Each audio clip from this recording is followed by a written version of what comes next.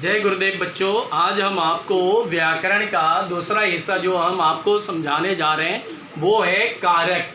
देखिए, इसके लिए सबसे पहले ये जानना ज़रूरी है कि कारक क्या होता है, कारक किसे कहते हैं। तो देखिए, क्रिया से संबंध रखने वाले संज्ञा या सर्वनाम शब्दों को कारक कहते हैं।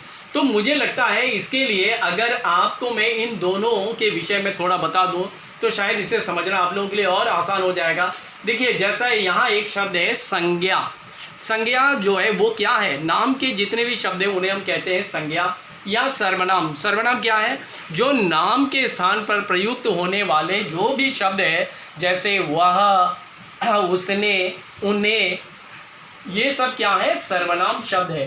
तो इनका जो संबंध है क्रिया के साथ, उस ऐसे शब्दों को ही हम बोलेंगे कारक। इसे और बेहतर समझने के लिए हमने एक उदाहरण के रूप में लिया, जैसे कि राम पढ़ रहा है। तो देखिए, राम यहाँ पर क्या है, एक संज्ञा शब्द है और पढ़ना क्या है, क्रिया है। तो पढ़ने के साथ साथ उसका जो संबंध है, इस संबंध को व्यक्त करने वाले जो शब्द है उसी को हम बोलेंगे कारक। जैसे राम का जो संबंध है वो किससे है, पढ़ाई से है। तो यहाँ पर उसका पढ़ाई का संबंध किससे है, राम से है। यानी कि राम जो शब्द है वो हो गया है कारक शब्द। आगे बढ़ते हैं, कारक के कितने भेद होते हैं। तो देखिए, कारक के 6 भेद होते हैं, जैसे कर्ता, कर्म, अधिकरण, अपादान, करण और संप्रदान कारक। ये सभी जो है कारक के भेद हैं।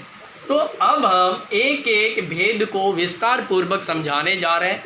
आप लोग इसे ध्यान पूर्वक सुनिए। जैसे कि कर्ता कारक, तो सबसे पहले आपको ये समझना चाहिए कि कर्ता कारक किसे कहते हैं।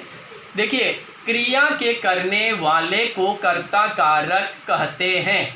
जैसे रानी ने देखा, इसे समझाने के लिए हमने यहाँ पर एक वाक्य लिखा, रानी ने देखा। तो यहाँ पर हमने क्या बोला था, क्रिया के करने वाले को कर्ता कहते हैं। तो क्रिया यहाँ जो है रानी ने देखा, तो ये देखने का जो संबंध है वो किसके साथ है, रानी से है। यानी कि रानी जो शब्द है वो आ जाएंगे कर्ता कारक के अंतर्गत। इसे और बेहतर समझने के लिए हमने और एक शब्द यहाँ चुना, वाक्य चुना, वो है राम ने खाया। तो ये खाना का जो संबंध है वो किससे है, राम से है। यानी कि राम जो शब्द है वो आ जाएंगे कर्ता कारक के अंतर्गत।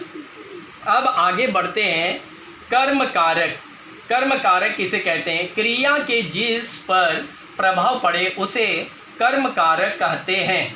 देखिए, क्रिया कोई भी कार्य करने के पीछे उसका एक कोई प्रभाव पड़ते हैं, उसे हम कहते हैं कर्म कारक। जैसे इसे समझाने के लिए हमने यहाँ पर एक वाक्य लिया, राम ने कहानी पढ़ी। तो ये जो पढ़ने का जो प्रभाव है वो किस पर पड़ा, कहानी पर। ये जो पढ़ी, यानी कि राम ने कहानी पढ़ी, तो राम के द्वारा जो कहानी पढ़ी गई है, इसका प्रभाव किसके ऊपर पड़ा, कहानी के ऊपर। बिल्कुल सही कहा आप लोगों ने कि कहानी, यहाँ पर कहानी जो शब्द है वो आ जाएंगे कर्म कारक के अंतर्गत। हमने और एक वाक्य लिया इसे समझाने के लिए, तो आप लोग ध्यानपूर्वक देखिए और सुनिए। जैसे सोहन ने चित्र देखा, तो यहाँ पर देखने का जो प्रभाव है वो किसके ऊपर पड़ रहा है, सोहन के ऊपर। तो सोहन ने चित्र देखा, वो क्या देख रहा है, चित्र देख रहा है। यानी कि चित्र जो शब्द है वो किसके अंतर्गत आएंगे, बिल्कुल सही कहा आप लोगों ने, ये चित्र जो शब्द है वो आएंगे कर्म कारक के अंतर्गत। बहुत ही बढ़िया, इसी प्रकार ध्यानपूर्वक देखते रहिए और सुनते रहिए। अब बढ़ते हैं, अधिकरण कारक किसे कहते हैं। तो देखिए, क्रिया के होने के स्थान को अधिकरण कारक कहते हैं।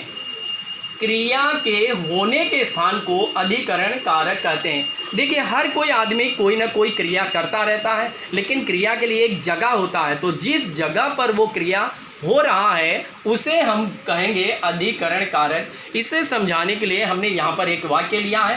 पहले मैं उस वाक्य को पढ़ता हूँ और आप लोग ध्यानपूर्वक सुने, आप लोगों को इसका उत्तर निकालना है। देखिए, पेट में दर्द है, तो ये जो दर्द है, ये जो दर्द है वो कहाँ पर हो रहा है, यानी कि यहाँ पर जो क्रिया है वो कहाँ पर हो रहा है, पेट में। तो यानी कि आप में से कौन बता सकता है कि यहाँ पर कौन सा शब्द है जो अधिकरण कारक में आएगा, बिल्कुल सही कहा आपने, पेट में। क्योंकि दर्द जो है वो पेट में हो रहा है, स्थान कौन सा है, पेट, इसीलिए पेट में जो शब्द है वो आ जाएंगे अधिकरण कारक के अंतर्गत। हमने और एक वाक्य लिखा, ध्यानपूर्वक देखिए और सुनते रहिए। बच्चे कमरे में पढ़ते हैं। तो बच्चे कहाँ पढ़ते हैं? वाकई में ये बात तो बिल्कुल सही है कि किसी न किसी कमरे में ही पढ़ते हैं। तो अभी आपको बताना है कि इनमें से ऐसा कौन सा शब्द है जो अधिकरण कारक में आएगा। देखिए मैं फिर दोबारा इस वाक्य को पढ़ता हूँ, बच्चे कमरे में पढ़ते हैं। तो यहाँ पर कौन सा आएगा बोलिए तो? हाँ बिल्कुल सही कहा आप लोगों ने, कमरे में। ये जो कमरे में जो शब्द है वो आ जाएंगे अधिकरण कारक के अंतर्गत। अब हम आगे बढ़ते हैं अपादान कारक। तो देखिए अपादान कारक किसे कहते हैं, इससे सबसे पहले आपको समझना है। इसे समझने के लिए हम बोल रहे हैं, आप लोग ध्यानपूर्वक सुनिए। कर्ता अपने क्रिया के द्वारा जिसे अलग होता है उसे अपादान कारक कहते हैं। एक बार मैं फिर दोबारा पढ़ता हूँ, ध्यानपूर्वक सुनिए, फिर हम जो प्रश्न पूछेंगे इनका सवालों का जवाब आपको देना है। अपादान कारक किसे कहते हैं? कर्ता अपने क्रिया के द्वारा जिससे अलग होता है उसे अपादान कारक कहते हैं। तो देखिए इसे समझने के लिए हमने यहाँ पर एक वाक्य लिखा है। इस वाक्य में से आपको बताना है कि ऐसा कौन सा शब्द है जो अपादान कारक में आएगा। जैसे पेड़ से पत्ते गिरते हैं। तो देखिए पत्ते जो है कहाँ से गिरते हैं? पेड़ से गिरते हैं। तो किसके द्वारा? ये पेड़ के द्वारा ही पत्तों को नीचे गिराया जाता है। तो इसलिए यहाँ पर आप बता सकते हैं कि कौन सा शब्द जो है अपादान कारक के अंतर्गत आएंगे। बिल्कुल सही कहा, पेड़ से, यानी कि पेड़ से जो शब्द है वो आ जाएंगे अपादान कारक के अंतर्गत। एक और वाक्य हमने लिया, पक्षी पेड़ से उड़ गया। तो क्या आप में से कोई बता सकते हैं कि इनमें से ऐसा कौन सा शब्द है जो अपादान कारक के अंतर्गत आएंगे? बिल्कुल सही कहा, पेड़ से। ये पेड़ से जो शब्द है वो अपादान कारक के अंतर्गत आएंगे। तो यूं ही ध्यानपूर्वक सुनते रहिए और सवालों के जवाब देते रहिए। अब हम आगे बढ़ते हैं कर्ण कारक। अभी ये कर्ण कारक किसे कहते हैं, सबसे पहले आप वो जानने की कोशिश करें। तो देखिए, जो वस्तु क्रिया के करने में कर्ता की सहायता करे उसे कर्ण कारक कहते हैं। मैं फिर एक बार दोबारा इसे दोहराता हूँ, जो वस्तु क्रिया के करने में कर्ता की सहायता करे उसे कर्ण कारक कहते हैं। तो इसे समझने के लिए देखिए हमने यहाँ पर एक वाक्य लिया, आप लोगों को उत्तर देना है। हम आँखों से देखते हैं। तो देखिए यहाँ देखने का जो कार्य है वो किसके द्वारा हो रहा है? वो हो रहा है, बिल्कुल सही कहा, आँखों से। यानी कि आँखों से जो शब्द है वो आ जाएंगे कर्ण कारक के अंतर्गत। तो और एक वाक्य हम लेते हैं, आप लोगों को इस वाक्य में से सही शब्द चुनकर आपको बताना है कि इनमें से कौन सा शब्द जो है कर्ण कारक के अंतर्गत आएंगे। तो देखिए, मैं कलम से लिखता हूँ। तो आप और हम किससे लिखते हैं? कलम से या पेंसिल से लिखते हैं। तो लिखने का जो कार्य है वो किसके द्वारा हो रहा है? पेंसिल के द्वारा या कलम के द्वारा। तो कोई बता सकते हैं कि इस वाक्य में से ऐसा कौन सा शब्द है जो कर्ण कारक के अंतर्गत आएंगे? वो बिल्कुल सही कहा आपने, कलम से, क्योंकि कलम से जो शब्द है वो आ जाएंगे कर्ण कारक के अंतर्गत। तो शायद आपको समझ में आ गया होगा। अब हम आगे बढ़ते हैं, संप्रदान कारक किसे कहते हैं। तो देखिए सबसे पहले आपको ये जानना ज़रूरी है कि संप्रदान कारक किसे कहते हैं।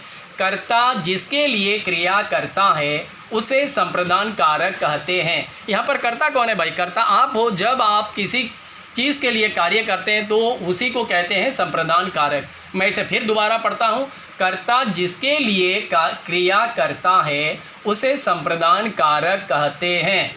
जैसे हमने यहाँ पर एक वाक्य जो है वो लिया है, इस वाक्य में से आपको बताना है कि ऐसा कौन सा वाक्य है जो संप्रदान कारक के अंतर्गत, यानी कि कौन सा शब्द जो है वो संप्रदान कारक के अंतर्गत आएगा, वो आपको निकालना है। आप ही लोगों को बोलना है, रोगी के लिए दवा लाओ। क्या बता सकते हैं आप में से कोई इनमें से ऐसा कौन सा शब्द है जो संप्रदान कारक के अंतर्गत आएंगे? बिल्कुल सही कहा। क्या कहा? बिल्कुल सही कहा, रोगी के लिए। सही है, ये रोगी के लिए जो है वो आ जाएंगे संप्रदान कारक के अंतर्गत। इसे और समझने के लिए हमने और एक वाक्य लिया है, वो है राम के लिए खाना लाओ। तो क्या बता सकते हैं आप में से कोई कि संप्रदान कारक शब्द जो इनमें से कौन सा है? बिल्कुल सही कहा, राम के लिए। तो राम के लिए जो शब्द है वो आ जाएंगे संप्रदान कारक के अंतर्गत। शायद आप लोगों को कारक के संबंध में जो कुछ भी जानकारी हासिल करना था शायद वो आप लोगों को मिल गया हो। इससे अधिक जानकारी के लिए अगर आप लोगों को चाहिए तो इसके लिए आप मेरे द्वारा YouTube चैनल के माध्यम से कारक के संबंध में जो कुछ भी छोड़ा गया है इस चैनल के माध्यम से आप देख सकते हैं। मेरे चैनल का नाम है गुरु ज्ञान। आज के लिए बस इतना ही। जय गुरुदेव।